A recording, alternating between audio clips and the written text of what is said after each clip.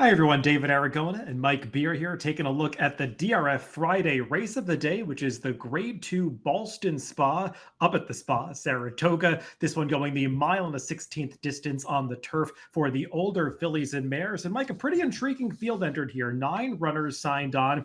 I do think there will be a clear-cut favorite in the number 1, Be Your Best, if she ends up running here, because she is cross-entered in the Grade 2 Beverly D on Saturday at Colonial and would be facing a smaller field if the Connections opted to go there instead. Yeah, maybe not facing as much other speed if she goes there too. So we'll see what they decide to do. This isn't a bad spot for her though, David. This is a race that trainer Chad Brown has sort of dominated recently. And he does have 2 horses in here, but he usually, at least in my opinion, he usually holds a much stronger hand in this race.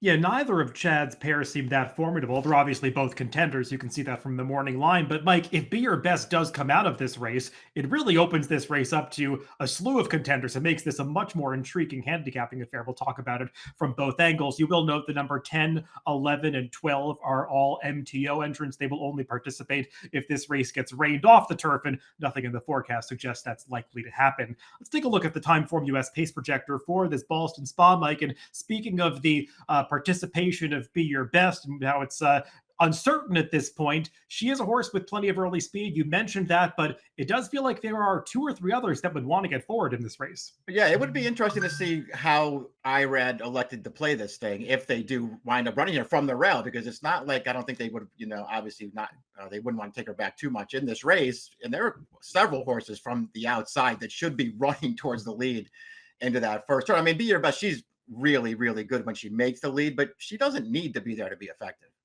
No, she's stalked effectively and run some big races doing so, even going back to this past winter at Gulfstream Park. So we'll see how she gets rated. The number 7 Ocean Club was successful on the front end last time. Edict seems like a horse that's done her best work, especially since the blinkers have been added on the front end. So easy to see this pace being legitimate towards the front end. With this being the DRF Friday race of the day, do note you can get free past performances for this race and every single race of the day. Just create that free account or sign into your account at DRF.com and you can access those free classic, formulator, and Timeform USPPs for every single race of the day. Let's go through this field from the rail out, beginning with the number 1, Be Your Best. And Mike, we'll take a look at her most recent start in the Grade 1 Gamely, where she just ran this field off their feet. She went quickly right from the start. Nobody else could really go with her. The closers tried to make a run late, but she just had too much of a margin built up by the time they got to the quarter pole, and she wins this quite comfortably in the end. Now, Mike, I'm sure you remember, she was entered in the Grade 1 Diana the first week of this meet. They scratched out of that race due to course conditions, so now they're looking for the next race to follow up that big effort at Santa Anita. Yeah, and we'll see where she shows up. The Diana, I'm sure they probably wanted to run there. Once the turf came up the way that it did, they scratched it. And let's be honest, David, I mean, she would have been in awful tough in the Diana, and this is a way better spot for her if this is where they decide to run. And yeah, that last race that we just watched was just a really, to me, a serious performance. I mean, she went really fast on the lead in there and just kept going. But we've already sort of talked about it. I mean, she doesn't need to get that trip to be effective. And I just really appreciate the way that Safi Joseph has turned her form around, because it kind of felt like for more than a year there she was going nowhere, and he's gotten this mare really good. Yeah, her only poor effort recently was that Grade 1 Jenny Wiley attempt, and there just really aren't too many other rivals that are as good as those that she was facing that day in this spot. The number 2 Whiskey Decision is one of those 2 Chad Brown entrants in this field. We'll take a look at her most recent start in the Eatontown. And Mike, on the surface of things, you might say this was the day to have her because she paid $10. She got an absolutely perfect trip. She sat in the pocket, found the rail opening up at the top of the stretch, shot on through, and she's able to win this race going away at the end. But Mike, I do think there were some positive takeaways from this race, because I'm sure you remember she was a really tough horse to ride, especially in the second half of her 3-year-old season, getting really rank early in her races, and switched into the barn of Chad Brown this season. It just seemed like she was way more manageable that day at Monmouth. And if she's able to settle in her races going forward, she could be dangerous. Yeah, I agree. I noted the exact same thing about her. Just the fact that she was able to sit comfortably in behind horses off the layoff last time and in the first start for Chad. Maybe that's just a great sign for her going forward, because she started out with some real potential. It felt like last year she ran a couple of big races, and she did it sort of with different running styles too. I mean, they kept her closer to the pace on synthetic. They were sort of sitting off of it in some of her turf races and coming with big moves off the turn. I mean, I felt like she could do anything. And then she just kind of lost her form. David, I'll be honest with you, I don't really know what to do with her in here because as well as she ran last time and as well as she had run in some of her early starts last year, and I know that there are excuses to be made for some of them. I just wasn't sure how lenient I wanted to be on her for some of the losses towards the end of the year last year. It really, the way that she ran in some of those races really turned me off. But she was good last time. I know that she could win here. I do want to wait and see what kind of price she is. With Manny Franco riding her as opposed to one of Chad's top riders, Flavia or Irad, I think she could be a fair price once again. The bettors didn't go for her last time.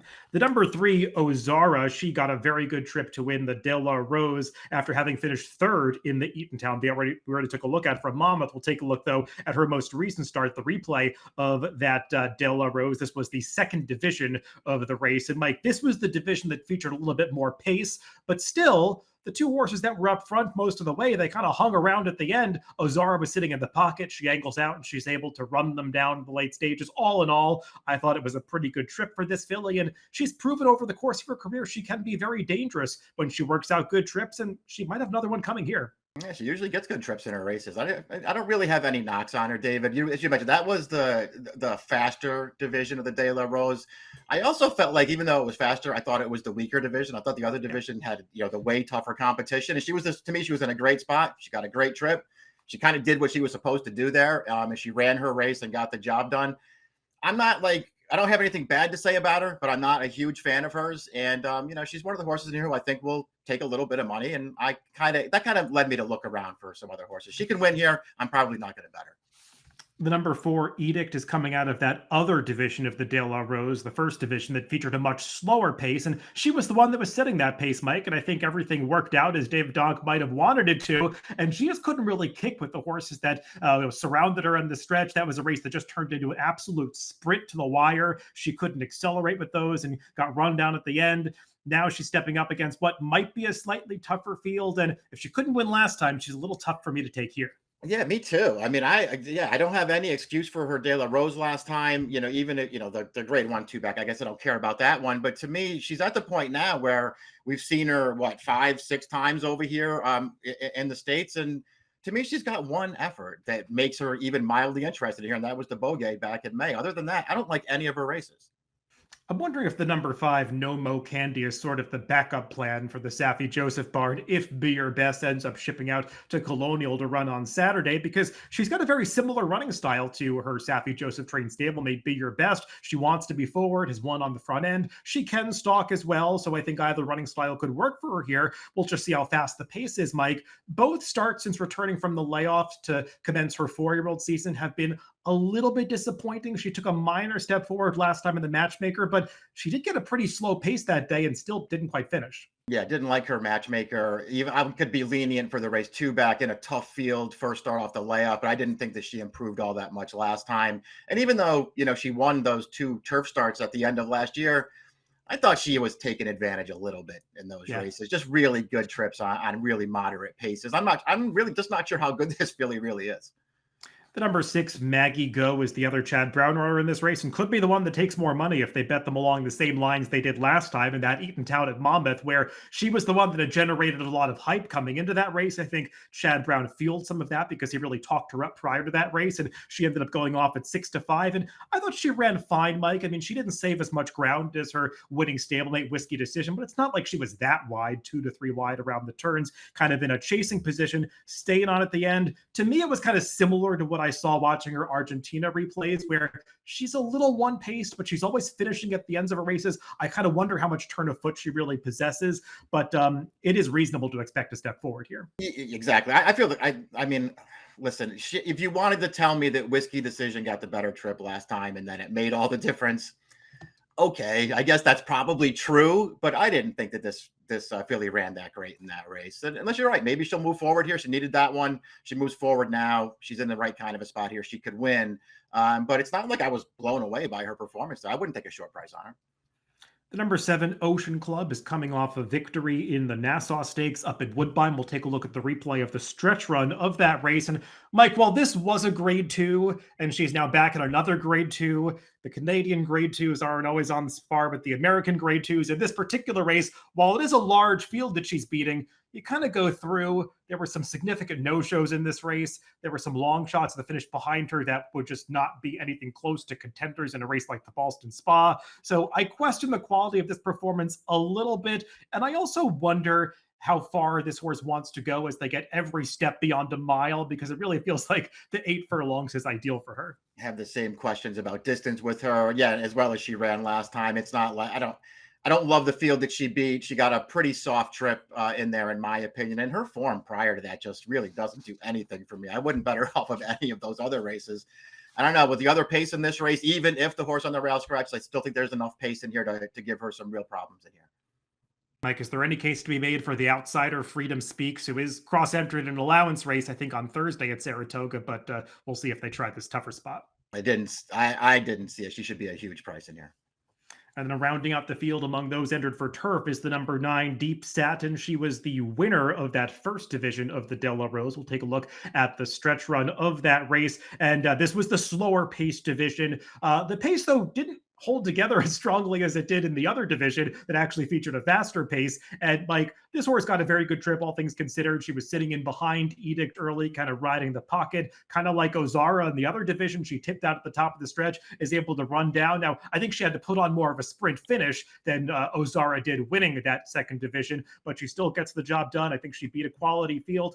She's pretty good, but I don't know if she's going to save as much ground from this post. Yeah, I can't see her getting the same trip, if nothing else. We'll see how it all works out for her. I don't know, David. She, to me, in that division, the De La Rose, she was the toughest call for me in there. And the way they bet the race sort of made the decision for me. Once they made her the favorite, I was happy to leave her out and bet against her. And she won that race. I still think she's a really tough call in here. I liked almost all of her races last year.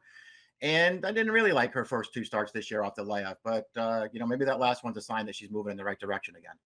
Yeah, they do love to bet this filly. She's gone favored 6 times in a row. We'll see if she does again here in case Beer Best comes out. Let's go to picks for this Ballston Spa, Mike. And I think we both were struggling what to do with Beer Best in this race. You put her on top, and I know you've been a fan of her. If she runs here, she's the one to beat. If she runs here, I'll just take her. I think this is a good spot for her if they decide to scratch, and I won't be surprised if they do. I wouldn't mind scratching into Whiskey Decision. Yeah, I put Whiskey Decision on top, just thinking that she showed that potential early on. I agree, she went off form last year, but seemed like the light bulb might have gone back on, switching into the Chad Brown stable last time out. 2-6-1-3 for me and 1-2-6-3 for Mike in the Grade 2 Ballston Spa on Friday at Saratoga, the DRF Friday race of the day. Good luck if you're playing the races later this week.